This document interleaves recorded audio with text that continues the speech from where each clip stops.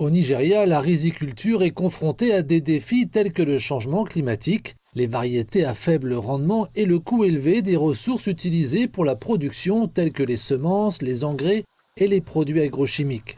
De nombreux agriculteurs qui souhaitent se lancer dans cette culture commerciale en sont généralement dissuadés, mais ils sont désormais enthousiastes à l'idée qu'une nouvelle variété de riz plus résistante arrive de Chine. Nous ne cultivons pratiquement pas de riz ici, principalement parce que les variétés que nous avons ne donnent pas de bons résultats. Le sol est dur et nécessite certains pesticides qui ne sont pas facilement accessibles. S'il existe des variétés de riz qui prospèrent ici malgré ces problèmes, nous sommes prêts à les essayer et à voir ce qu'il en est.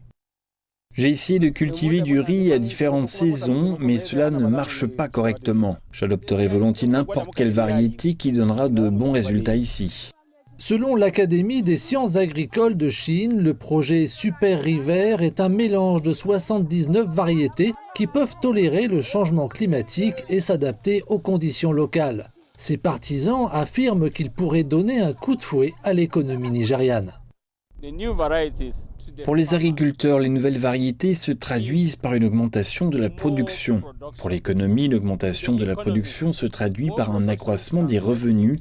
Et l'accroissement des revenus se traduit par une augmentation des impôts, non seulement pour le gouvernement ou l'État, mais aussi au niveau national.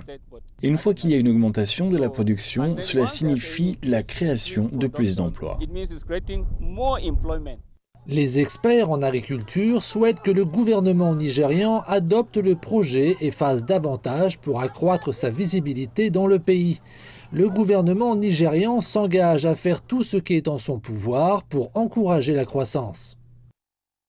L'Agence nationale de recherche et de développement spatial du Nigeria a signé un protocole d'accord avec l'Académie des sciences de Chine afin de renforcer la collaboration en matière de surveillance des cultures, de recherche coopérative et de renforcement des capacités.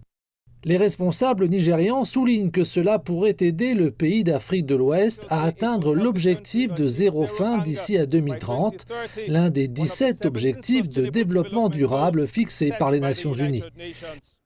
Les agriculteurs nigérians ont conscience que l'augmentation de la production alimentaire est un moyen essentiel d'atteindre cet objectif.